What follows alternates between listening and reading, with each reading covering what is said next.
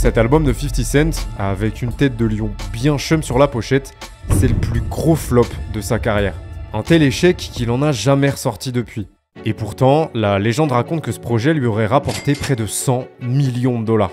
Ouais, avec un album raté, il aurait gagné plus d'argent que la plupart des rappeurs à succès dans toute leur carrière, un peu comme s'il avait découvert le glitch ultime de l'industrie musicale. Du coup, forcément, cette histoire divise. Certains crient au génie, d'autres à la chance, ou carrément à une légende exagérée. Mais alors, comment 50 Cent a transformé un album considéré comme un échec total en dizaines de millions de dollars? Pour comprendre tout ça, on va revenir sur la sortie catastrophique de ce projet, expliquer pourquoi ce flop cache un des moves les plus malins de sa carrière.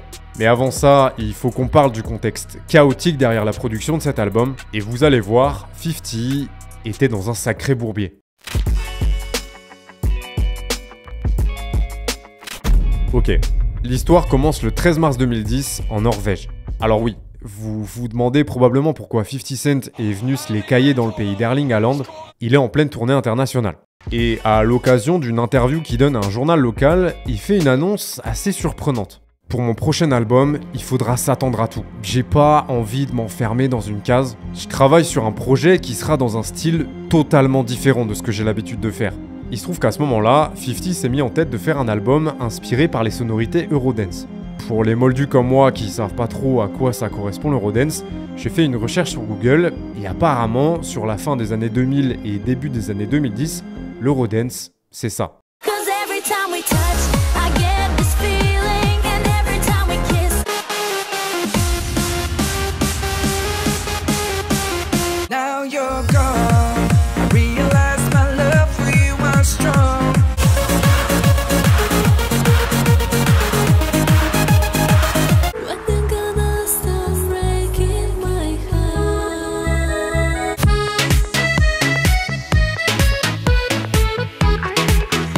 Ok, trop bien.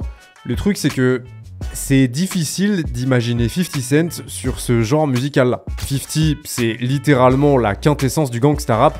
C'est le mec qui a survécu à une tentative d'assassinat où il a pris 9 balles et qui derrière a fait une chanson pour troller les mecs qui ont commandité son meurtre.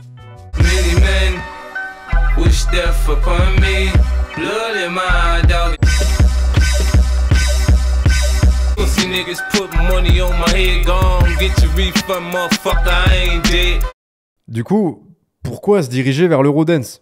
La raison, elle est simple, à cette époque-là, les sonorités Eurodance sont plutôt populaires, et il se trouve aussi que 50 Cent, il est un peu en perte de vitesse. Quelques mois en arrière, il a sorti son 4e album Before I Self-Destruct, et même si les chiffres sont tout à fait corrects, le projet s'emparera de la 5e place du top album américain, il sera certifié disque d'or aux États-Unis. Que ce soit du côté du public ou de la critique, l'accueil est bien tiède.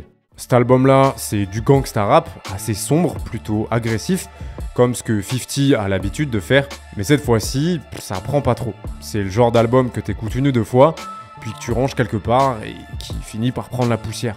J'ai d'ailleurs eu l'occasion de réécouter le projet pour préparer cet épisode, et à part 2-3 morceaux cool, en réalité, la seule chanson qui m'évoquait des souvenirs et qui peut-être vous rappellera aussi quelque chose, c'est Baby by Me en featuring avec Nio.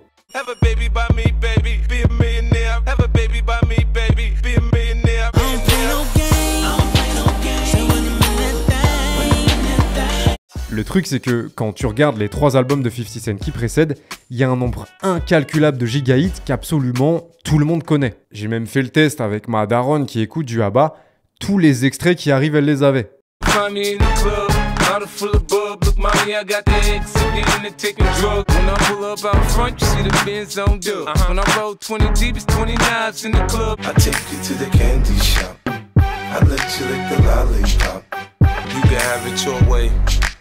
How do you want it? You gon' back that thing up or should I push up on it? She a work girl, she work the pole, she break it down, she take it low, she fine as hell, she bout the dope. You got me saying, hey, oh, I'm tired of using technology. Du coup, je pense que vous avez capté l'idée. À ce moment-là, 50 Cent, il est en pleine remise en question, d'où cette histoire d'album Eurodance. Mais Dieu merci, quelques mois plus tard, pendant l'été 2010, il annonce en interview que le projet Eurodance est annulé. Sauf que ça va aussi marquer le début d'un cycle infernal. Un cycle infernal qui va durer près de 4 ans, durant lequel 50 annonce un nouvel album avec parfois même un titre et une date de sortie approximative. Mais malheureusement, à chaque fois, la sortie est décalée, voire même annulée. Une des raisons principales qui explique ça, c'est qu'à cette période, il y a des tensions entre 50 Cent et son label Interscope Records. Des tensions qui vont d'ailleurs devenir assez rapidement publiques, puisque pendant l'été 2011, 50 Cent va balancer une série de tweets pour exprimer son mécontentement envers Interscope. Mon label est à la ramasse pour la sortie de mon prochain album. Je sortirai rien tant qu'on sera pas sur la même longueur d'onde. C'est censé être mon dernier album avec Interscope, donc je vais pas du tout les laisser saboter sa sortie. Et finalement, ce qui devait arriver arriva, puisque le 20 février 2014, l'annonce tombe. Après quasiment 12 ans de collaboration, 4 albums et plus de 30 millions de disques vendus à travers le monde, 50 Cent quitte officiellement Interscope Records. Au passage, il va d'ailleurs récupérer 23 millions de dollars que Interscope aurait apparemment oublié de lui verser. Because it was my fifth and final album requirement for Interscope, we was in a position where we would have to do audits and go through the books and everything, and then there was conflicts in different areas. They owed me like another $23 million maybe. Oh. You see what I'm saying? Yeah. So we went through that process and it took for 4 years actually. It took a while for us to get through it, and then I was paid.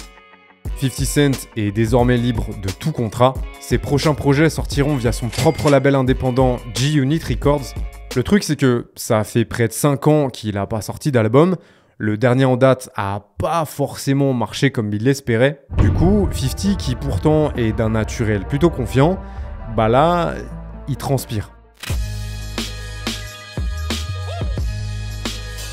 Cette fois-ci, c'est officiel. C'est fini les histoires de sorties décalées à cause d'embrouilles avec son label. Le 5e album de 50 Cent, intitulé Animal Ambition, An Untamed Desire to Win, sortira le 3 juin 2014. Sauf que là, 50, il décide de faire un move que personne va comprendre. Animal Ambition est censé sortir le 3 juin 2014. Mais à partir de mars, 50 décide de sortir chaque semaine une chanson de l'album en avant-première. Autrement dit, en faisant ça, il balance l'entièreté des chansons de son album avant la sortie officielle du projet. Et autant vous dire que dans l'industrie musicale, les gens, ils prennent 50 pour un fou. T'as vu ce que fait 50 Cent pour son prochain album là? C'est quoi ce move de Turbo Golemon? Alors oui, c'est vrai que sur le papier, ça paraît un peu aberrant, mais s'il y a une chose qu'il faut savoir, c'est que 50, il fait jamais rien par hasard. Il faut savoir qu'en 2014, la manière dont on consomme la musique est totalement différente d'aujourd'hui. Les plateformes de streaming style Spotify, Apple Music ou Deezer existent déjà, mais elles dominent pas du tout le marché comme elles peuvent le faire aujourd'hui. À cette période-là, on achète toujours des singles et des albums, notamment sur iTunes. Du coup, toutes les chansons de son album que 50 Cent sort en avant-première, il les met en vente sur iTunes. Les morceaux sont vendus pour 1,29$ la chanson. Et le truc, c'est que quelques jours avant la sortie officielle de l'album, dans une interview, 50 Cent révélera que chaque single a en moyenne fait 80 000 ventes. Sachant que sur le projet, il y a 11 chansons, ça veut dire que seulement avec les singles dispo en avant-première sur iTunes, ça représente une rentrée d'argent d'un peu plus d'1 130 000 $. En plus de ça, comme 50 est maintenant en indépendant, il récupère environ 90% de l'argent généré par sa musique. C'est bien plus que ce qu'il récupérait quand il était chez Interscope Records, où on était plus de l'ordre entre 10 et 20% maximum. What you actually earn as an independent artist per actual CD download, or it's already paid off per single. During this process, what they don't know is I've been averaging about 80,000 pieces per single. Oh, okay. So you do the math. Yeah. You know what I'm saying? With 11, it's already look. Pay for itself. If the shit was a dud, I'd make $3 million. All right. Du coup, quand le 3 juin 2014, Animal Ambition, An Untamed Desire to Win sort, 50 Cent, d'un point de vue financier, il est plutôt serein. Et heureusement pour lui, parce que au niveau des chiffres, ça va être compliqué. La semaine de la sortie, le projet s'emparera quand même de la 4e place du top album américain, mais par contre, du côté du public ou de la critique, l'accueil est plus que mitigé. Le projet est décrit comme ennuyeux, redondant, avec toujours les mêmes thématiques que 50 a l'habitude d'aborder. Les instrus paraissent datés, ça sonne année 2000. Et pareil, je l'ai réécouté pour préparer cet épisode, et à part un ou deux morceaux que je trouve cool, et puis bon bah, y a absolument aucun hit. Ça va d'ailleurs se traduire dans les chiffres, puisque Animal Ambition s'écoulera à 124 000 exemplaires aux États-Unis. À titre de comparaison, ces 3 premiers albums avaient fait 9 millions, 6 millions et 1,3 million uniquement aux États-Unis. Ça fait quand même une belle différence.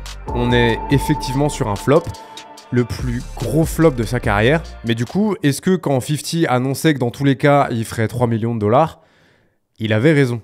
Si on part du principe que le prix de vente moyen d'un album à cette époque-là, c'est environ 14 $, avec 124 000 exemplaires vendus, ça représente un peu plus d'1,7 million de $. Donc si on additionne ça aux ventes de singles sur iTunes dont on a parlé plus tôt, aux différents coffrets collector qui étaient proposés, aux ventes de l'album à l'international, parce que oui, il faut savoir que 50 c'est un rappeur ultra populaire dans le monde entier, au total, on arrive plus ou moins aux 3 millions de $ annoncés. Visiblement, 50 Cent devait être plutôt chaud en maths à l'école. Mais alors, du coup, d'où elle vient cette histoire qu'Animal Ambition aurait rapporté près de 100 millions de $? Depuis ses débuts dans l'industrie musicale, 50 Cent a toujours été considéré comme étant en avance sur son temps, notamment quand il s'agit de faire de l'argent. Et il se trouve qu'en plus de pouvoir acheter Animal Ambition dans des magasins physiques ou sur des plateformes de type iTunes, 50 vendait aussi directement l'album sur son propre site 50cent.com. Et il se trouve que parmi les moyens de paiement acceptés, il y a le Bitcoin.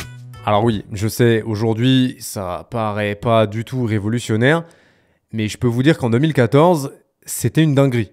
À cette époque-là, 50 Cent, c'est le premier artiste de cette envergure à accepter le Bitcoin comme moyen de paiement. Il va d'ailleurs y avoir une couverture médiatique importante autour de ça, que ce soit dans les médias traditionnels ou dans les médias spécialisés en crypto-monnaie. Bon, du coup, trop bien, il y a eu quelques articles à ce sujet, et puis, tout le monde passe à autre chose. Il y a presque 4 années qui passent, et puis en janvier 2018, il y a le site d'actualité TMZ qui sort un article qui va faire l'effet d'une bombe.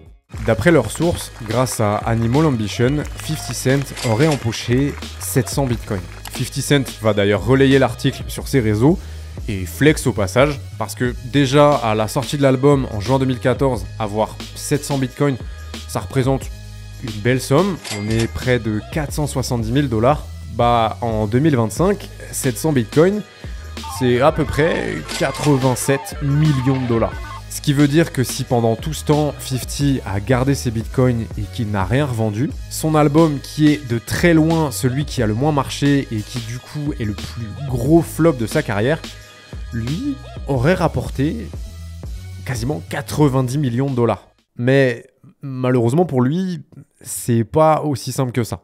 En juillet 2015, soit à peu près un an après la sortie d'Animal Ambition, 50 Cent a fait une demande auprès de la justice américaine pour être placé en redressement judiciaire. Well, in May, Forbes said this guy was worth 150 million bucks.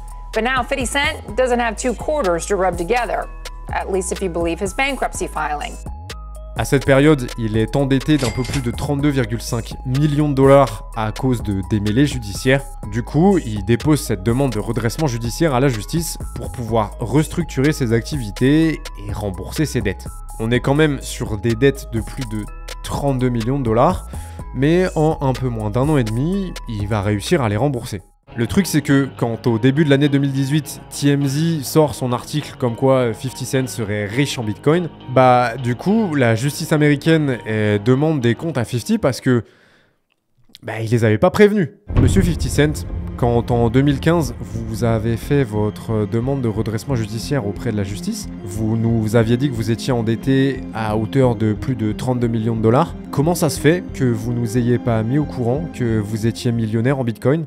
50, lui, il va répondre ça. Je n'ai jamais possédé et je ne possède aucun Bitcoin. En réalité, les quelques Bitcoins gagnés grâce à Animal Ambition, ils étaient immédiatement convertis en dollars par une entreprise avec qui je travaillais. Du coup, j'ai jamais reçu de Bitcoin de leur part. Je recevais directement des dollars. Ok, très bien, monsieur 50 Cent. Mais alors, du coup, comment vous expliquez que quand TMZ a sorti son article à ce sujet, vous l'avez relayé fièrement sur vos réseaux sociaux. Alors oui, j'ai pas démenti publiquement, parce qu'en fait les articles me présentaient de manière favorable. Ils me présentaient comme un génie avant-gardiste qui avait compris avant tout le monde que le Bitcoin avait un potentiel de fou. Du coup, j'en ai joué. Mais en vrai de vrai, c'est pas vrai ce qu'ils ont raconté. Dans tous les cas, que 50 ait gagné 3, 10 ou 100 millions de dollars avec l'album le moins vendu de sa carrière, en restant curieux et ouvert à tout, même à des paris aussi fous que le Bitcoin à l'époque, il est pas passé loin de réaliser le casse du siècle. Et cette histoire rappelle aussi une chose, dans l'industrie musicale, l'indépendance, quand elle est bien jouée, ça peut être ça, le vrai jackpot. Si tu as apprécié cette vidéo, je t'invite à aller regarder celle-ci dans laquelle je te raconte pourquoi le clash historique entre Drake et Kendrick Lamar est en réalité lié à une embrouille vieille de plus de 20 ans.